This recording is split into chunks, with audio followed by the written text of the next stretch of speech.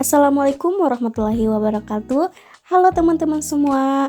Pada kali ini kita akan membahas mengenai masalah-masalah yang terjadi pada peserta didik di sekolah dasar. Yuk kita simak. Nah, yang pertama ada masalah perkembangan jasmani dan kesehatan. Pada masalah perkembangan jasmani dan kesehatan, ada infeksi saluran pernapasan atas atau ISPA. ISPA ini kebanyakan penyebarannya melalui droplet yang keluar dari hidung atau mulut anak lain yang sedang sakit melalui batuk atau bersin. Yang kedua, ada diare. Diare yang dialami anak ditandai dengan meningkatnya frekuensi buang air besar atau buang air besar yang konsistensinya cair. Nah, yang ketiga ada konstipasi. Konstipasi atau sulit buang air besar, hal ini biasanya sering terjadi karena anak tidak mau makan sayur, buah, atau makanan berserat lainnya. Nah, yang keempat ada dehidrasi dan kelelahan. Aktivitas di sekolah bisa menyebabkan anak kelelahan dan dehidrasi. Kelelahan ini bisa menyebabkan anak menjadi dehidrasi. Untuk mengatasinya adalah dengan istirahat yang cukup dan banyak minum air putih. Nah, yang kelima ada imunitas menurun. Kurangnya asupan sayur dan buah biasanya akan membuat imunitas anak menjadi turun. Akibat dari menurunnya imunitas ini menyebabkan anak rentan terkena banyak penyakit. Nah, yang keenam ada masalah gigi dan mulut. Masalah mulut yang umumnya timbul adalah sariawan, sedangkan masalah gigi yang umumnya timbul adalah pergantian gigi susu menjadi gigi dewasa. Nah, yang ketujuh ada masalah kulit ringan. Beberapa masalah kulit mungkin akan muncul pada anak-anak usia sekolah dasar seperti biang keringat, panu, kadas, bahkan kutu air. Nah, yang kedelapan ada gangguan penglihatan. Gangguan penglihatan pada anak contohnya adalah mata juling, mata malas atau amblyopia, pupil mata berwarna merah, penglihatan buram, pembekakan kecil pada kelopak mata, serta mata berair atau epiofora. Nah, berikut adalah masalah-masalah jasmani dan juga kesehatan yang sering dialami oleh peserta didik. Selanjutnya ada masalah keluarga dan juga rumah tangga. Contoh dari masalah keluarga dan rumah tangga yang dialami anak adalah perceraian orang tua. Perceraian orang tua ini dapat menyebabkan anak menjadi anak yang broken home. Hal ini bisa berdampak pada kenakalan anak di waktu remaja. Nah, yang kedua ada orang tua yang sibuk bekerja. Orang tua yang sibuk bekerja dapat menyebabkan anak kehilangan kasih sayang dan membuat anak merasa hanya dibesarkan oleh materi. Yang ketiga ada pola asuh orang tua. Pola asuh orang tua dapat berdampak dan sangat mempengaruhi perilaku dan kepribadian anak. Nah, yang terakhir ada child abuse. Child abuse ini dapat terjadi karena keluarga tidak dapat berfungsi sebagaimana mestinya. Hubungan antar anggota keluarga tidak berjalan harmonis, fungsi dari masing-masing anggota keluarga tidak jelas, atau ikatan emosi antar anggota keluarga kurang terjalin dengan baik. Nah, kemudian ada masalah psikologis. Masalah psikologis ini sangat beragam loh teman-teman. Di antaranya ada trauma. Trauma pada anak disebabkan oleh bullying, bisa jadi diejek, diremehkan, didorong, dipalak, bahkan pemukulan. Kemudian ada school refusal atau mogok sekolah. Nah, penyebab dari school refusal ini biasanya ketidakcocokan pada sistem belajar, lingkungan, tekanan akademik, pertemanan, atau bahkan perlakuan guru. Kemudian ada gangguan kecemasan.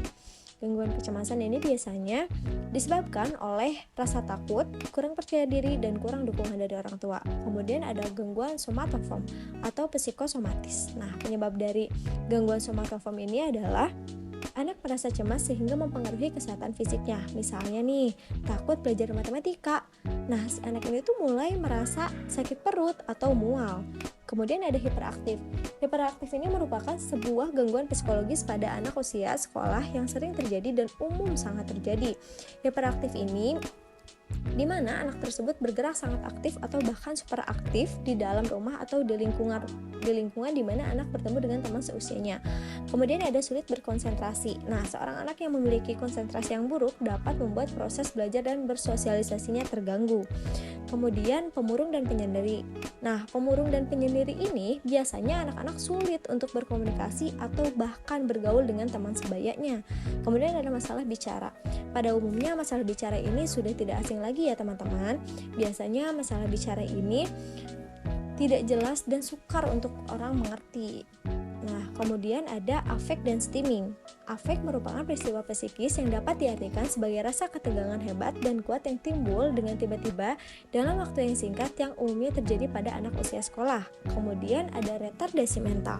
Retardasi mental atau biasanya disebut juga dengan keterbelakangan mental merupakan kondisi psikologis yang terjadi pada anak usia sekolah yang mengakibatkan adanya perkembangan intelijensia yang disertai dengan ketidaksesuaian mental pada anak seumurannya pada umumnya.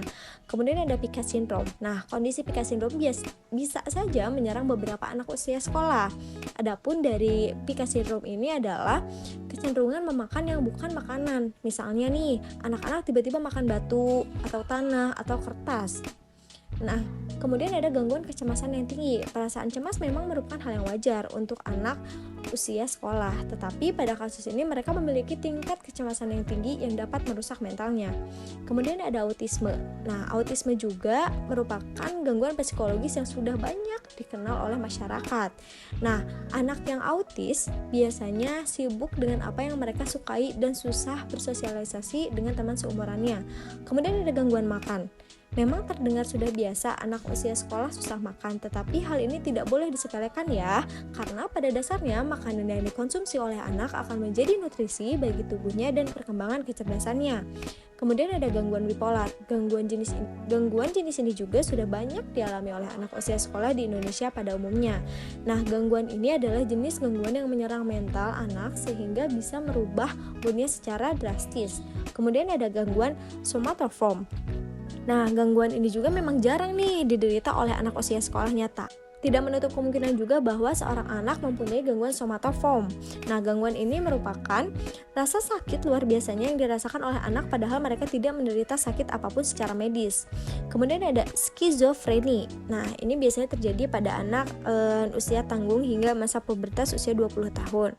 Nah, skizofrenia merupakan penyakit mental yang dianggap sudah kronis, di mana penyakit ini menyebabkan anak kehilangan kemampuan untuk mengetahui apakah ia sedang mengalami hal nyata atau realistis. Nah, kemudian ada gangguan disosiatif.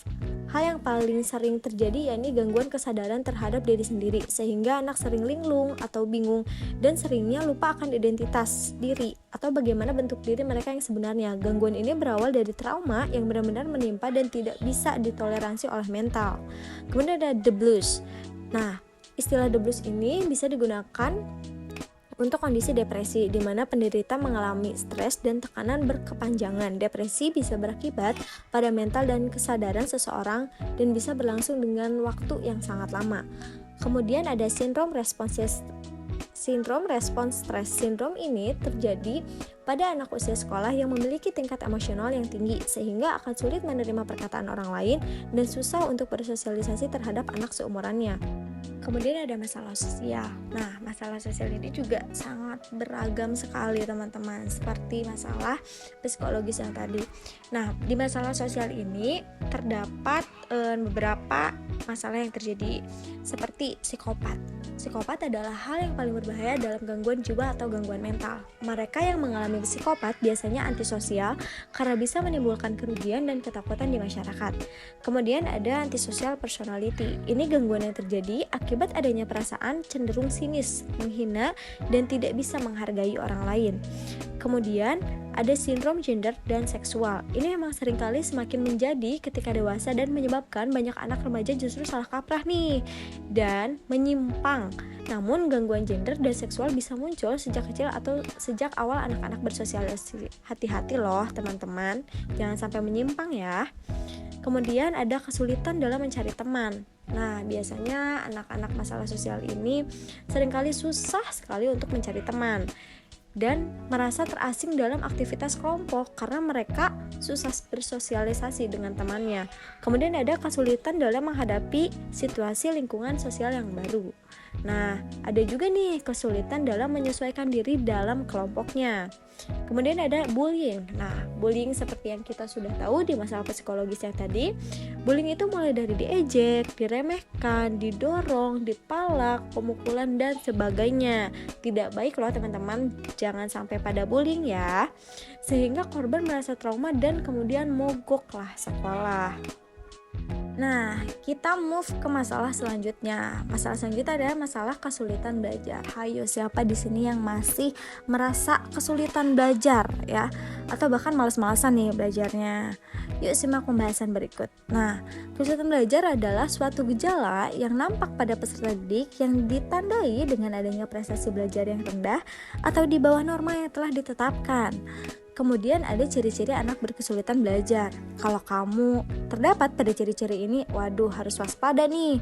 Yang pertama ada menunjukkan adanya hasil belajar yang rendah. Yang kedua, hasil yang dicapai tidak sesuai dengan usaha yang dilakukan. Yang ketiga, lambat dalam melakukan tugas-tugas kegiatan belajar. Yang keempat, menunjukkan sikap-sikap yang kurang wajar. Yang kelima, menunjukkan perilaku yang berkelainan. Dan yang terakhir, yang keenam, menunjukkan gejala emosional yang kurang wajar. Kemudian ada jenis kesulitan belajar. Yang pertama ada kesulitan akademis yang mencakup kesulitan membaca, kesulitan menulis, kesulitan berhitung. Yang kedua ada gangguan simbolik. Nah, gangguan simbolik itu antara lain siswa itu mampu mendengar tapi tidak mengerti apa yang didengar. Kemudian ada gangguan non simbolik. Nah, gangguan ini juga ketidakmampuan anak memahami isi pembelajaran karena ia mengalami kesulitan untuk mengenal kembali apa yang telah dipelajarinya.